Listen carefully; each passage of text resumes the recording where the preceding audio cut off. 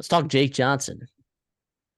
Just 2 years ago, this was the number one tight end in the recruiting class. Comes A&M. There were three tight ends that Texas A&M took in that class: Donovan Green, Jake Johnson, and Theo Orstrom, however you say that, the guy from Sweden. All 4-star and above guys. Jake Johnson was the number one tight end. Donovan Green has actually been the starter. He gets hurt out for the season. Jake Johnson steps up with his brother Max. He actually had a pretty good season. I'm not going to say he's the most effective blocker in there. I think they put Max Wright in a lot because Max Wright was a better blocker than Jake Johnson was. But, I mean, the talent. You know the talent. Whatever team ends up with Jake Johnson's going to be very happy that they did. Obvious landing spots. His brother Max is committed to North Carolina already, right? You could also see him at LSU, right? He's from Louisiana.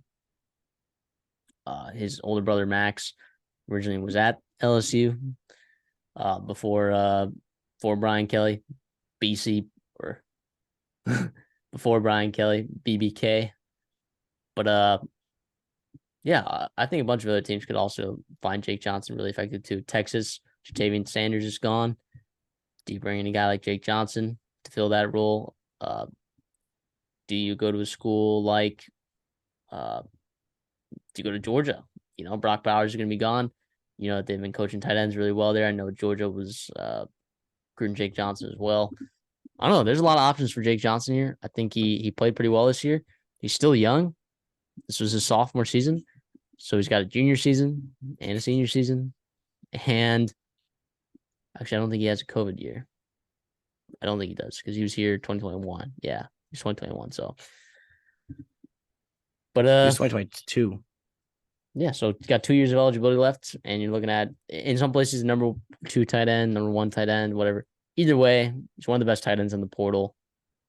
Do you have any thoughts as to where he might end up? Actually, he's not from Louisiana. Sorry, he's from Georgia. That's what I meant to say. He's not from Louisiana. His brother went to LSU. Sorry for that mishap. He's from Georgia. So, I don't know. Yeah, Where do you see this guy going?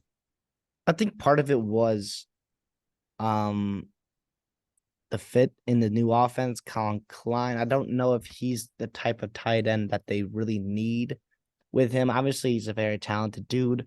Any coach would be lucky to have a guy like him. But I think he saw that as like, well, maybe I could be, utilized a little bit more elsewhere with his specific talents. You mentioned Georgia. I think Alabama's an interesting one there. If they're willing to dip their toe, I like Amari Niblack a ton. I think CJ Dupree is out of eligibility. So there might be a need there. They use their tight ends pretty well. Jalen Monroe seems to like Amari Niblack. I thought he improved as a blocker as the year went on. Jake Johnson, obviously with the ball in his hands, he's a lot better than when he was blocking. But yeah, you mentioned UNC. That seems to be like consensus. Obviously, no one really knows. Seems to be not a ton of information coming out. But yeah, UNC would be really fun there. Obviously, they've had success there. He loves his brother Max Johnson, which is awesome. But yeah, he's a good player. He's a good player. Kind of got thrust into a role. I thought he wasn't quite ready to take over. Being the guy in the tight end room for A&M this year, and it sucks that Donovan Green got hurt. But he did well at times, and you saw sometimes like that LSU run was awesome, was super special. But then you'd see a drop or a miss block, and like, this guy still needs a little bit of time. But yeah, he's a very talented player, highly rated recruit for a reason.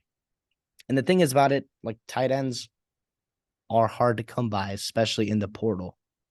Like those guys, not elite, not many elite tight ends hit the portal every year, especially physically gifted ones. And Jake Johnson's one of those. And so he'll have a numerous amount of offers and spots to go to. Yeah. Although you are right about tight ends not normally being the portal, I do think this is a good tight end cycle secretly. I think Justin Jolie, I think Jalen Conyers. I think there's some pretty good tight ends in the portal, some sneaky ones for sure.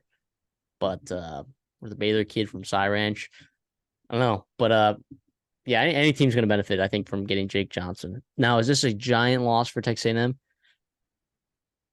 Kind of. I mean, they lose Max Wright for graduation. They lose Jake Johnson. to the portal. You still have Donovan Green, who you wanted to be the starter this year, but is injured. That dude's a physical freak. And then Theo Orstrom, right? Your receiving tight end from Sweden. So you're I don't know. It hurts in terms of depth for sure, but I think Jake Johnson is doing himself a favor by potentially getting himself more reps somewhere else.